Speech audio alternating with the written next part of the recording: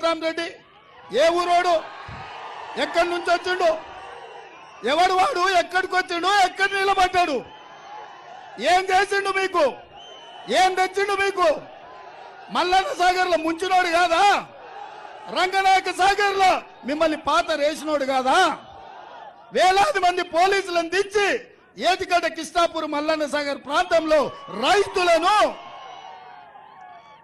బందిపోట్లను చూసినట్టు చూసి బందిపోటు దొంగల్లాక బేడీలేసి పట్టుకపోలేదా? మల్లన్న సాగర్లో రైతులను ఏటిగడ్డ కిష్టాపూర్ రైతులు మర్చిపోయింది అనుకుంటున్నారా? ఏం చూసి ఇచ్చిండే హరీష్ మామ అల్లుళ్ళు వెంకటరామరెడ్డికి టికెట్? ఏం చూసి ఇచ్చిండ్రు?